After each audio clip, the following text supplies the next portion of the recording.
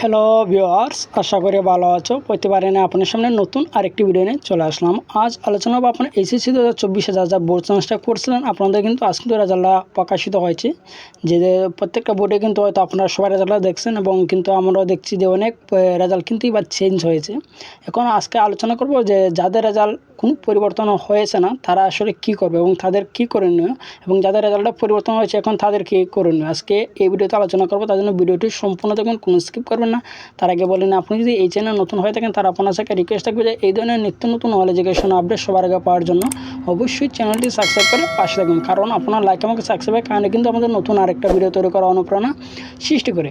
প্রথমত বলি, আপনারা যাদের রেজাল্টটা পরিবর্তন হয়েছে তাদের কী করণীয়। যাদের রেজাল্টটা পরিবর্তন হয়েছে এবং যাদের আসন্ন যাদের নাম্বারটা এসেছে সবাইকে অভিনন্দন, যে আপনারা যে আসন্ন যে নাম্বারটা এতদিন ছিল সে নাম্বারটা কিন্তু আপনারা পেয়ে গেছেন।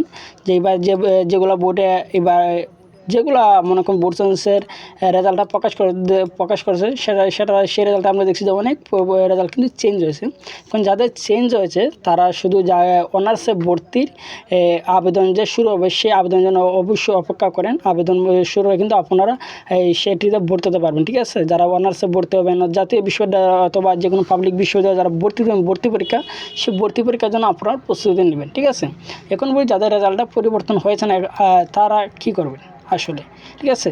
যে এবার যে এসএসসি 2024 প্রত্যেকটা বোর্ডে কিন্তু আমরা রেজাল্টটা দেখছি কিন্তু তো প্রত্যেকটা বোর্ডে কিন্তু আমরা রেজাল্ট দেখছি। এখানে দেখতে পাচ্ছেন, এখানে যে বোর্ডটা চট্টগ্রাম বোর্ড বা Barishal board, Jessore board, Sylhet board, Comilla board, প্রত্যেকটা বোর্ডের কিন্তু আমরা রেজাল্টটা দেখছি। প্রায় কম বেশি কিন্তু সব বোর্ডে কিন্তু রেজাল্টটা চেঞ্জ হয়েছে, ঠিক আছে। সবচেয়ে বেশি পরিমাণ যে রেজাল্টটা চেঞ্জ হয়েছে সেটা হচ্ছে ঢাকা বোর্ডে কিন্তু, এবং দুইটা বোর্ড কিন্তু সবচেয়ে বেশি রেজাল্ট পরিবর্তন হচ্ছে, সেটা হচ্ছে ঢাকা বোর্ড এবং ময়মনসিংহ বোর্ড। দুইটা বোর্ডে কিন্তু প্রচুর পরিমাণে রেজাল্টটা চেঞ্জ হয়েছে, ঠিক আছে। এবং অন্যান্য যে বোর্ড আছে প্রত্যেকটা কম বেশি করে কিন্তু রেজাল্টটা পরিবর্তন হয়েছে।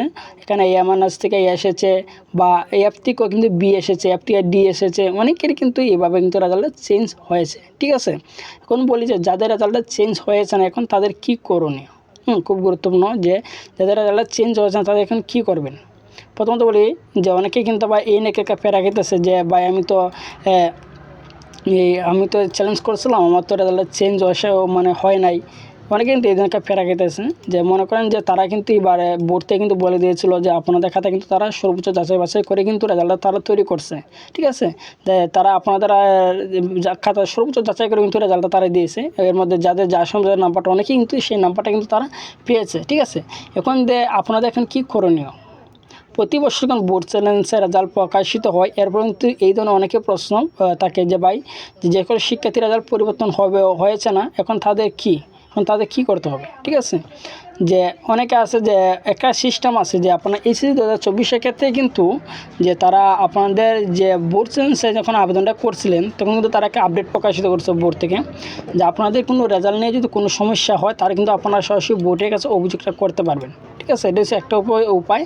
আরেকটা উপায় হচ্ছে যে আপনি আগামী বছরের জন্য পরীক্ষার প্রিপারেশন নিতে পারেন, ঠিক আছে। যেহেতু আপনাদের রেজাল্ট যদি কোনো পরিবর্তন না হয়, তাই যাদের অ্যাপ এসেছে, ঠিক আছে, যাদের অ্যাপ এসেছে তাদের যে আপনারা যারা ফেল করছেন যে আপনারা কিন্তু যে 25 সালে ভর্তি দিয়ে কিন্তু আপনারা পাস করতে পারবেন, যে সাবজেক্টে ফেল শুধু এই সাবজেক্টে দিয়ে, ঠিক আছে।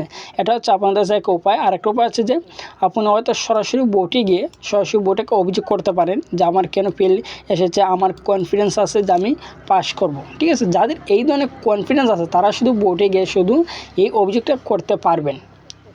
যদি তারা দেখে যে আপনার রেজাল্টটা চেঞ্জ করার মতো তারা কিন্তু রেজাল্টটা চেঞ্জ করে দেবে, ঠিক আছে। কিন্তু এবার এসএসসি 2024 যেগুলো বোর্ড চ্যালেঞ্জের আবেদনটা প্রকাশ করছে যে অন্য বছর তো কিন্তু এবার যে দেখলাম রেজাল্টটা তারা কিন্তু ভালো পরিমাণে তারা চেঞ্জ করে দিয়েছে, ঠিক আছে। যে অন্য বছর তো কিন্তু এবার তারা ভালো চেঞ্জ করে দিয়েছে, অন্য বছর কিন্তু এত পরিমাণ রেজাল্টটা তারা চেঞ্জ করে নাই, ঠিক আছে। তো এই থেকে বোঝা যাচ্ছে তারা তারা পুনর্নিরীক্ষণটা তারা ভালো করেই করছে, ঠিক আছে।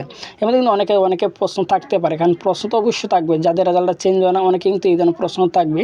তা আপনাদের যাদের রেজাল্ট পরিবর্তন হয় না আপনাদের দুইটা ওয়ে থাকবে। একটা হচ্ছে যে আপনি আগামী বছরের পরীক্ষার জন্য ভালো প্রিপারেশন নিতে পারেন, এবং যেহেতু 25 সালে পরীক্ষা কিন্তু বেশি দিন নাই, যে আর 4-5-6 মাস পরে কিন্তু আপনারা পরীক্ষাটা দিতে পারবেন, ঠিক আছে। যে এইবার যে তারা সর্বশেষ যে আপডেটটা প্রকাশ করেছিল এসএসসি 25 হয়তো আর 5 মাস পরে হয়তো আপনাদের পরীক্ষাটা নিয়ে নেবে কিন্তু, ঠিক আছে। তাই হয়তো বেশি দিন নাই, হয়তো আপনি পরীক্ষার জন্য অপেক্ষা করতে পারেন। না যদি আপনি মনে করেন যে কোনো বোর্ডের আন্ডার যদি সরাসরি অভিযোগ করতে চান তাহলে কিন্তু আপনি আপনি অভিযোগটা করতে পারবেন। কিন্তু অভিযোগটা করতে গেলে কিন্তু আপনার মধ্যে শিওর কিন্তু কনফিডেন্সটা থাকতে হবে যে আমার রেজাল্টটা কিন্তু আমি অ্যাপ যে এসেছে সেটাতে কিন্তু আমি পাস করবো, এই ধরনের কনফিডেন্স কিন্তু আপনার থাকতে হবে, ঠিক আছে। যে সে আর যদি আপনি অভিযোগটা করতে চান তাহলে কিন্তু সরাসরি বোর্ডে কিন্তু সেই অভিযোগটা আপনি করতে পারবেন, ঠিক আছে। নাইলে কিন্তু আগামী বছরের জন্য পরীক্ষার জন্য আপনি প্রিপারেশন নিতে হবে।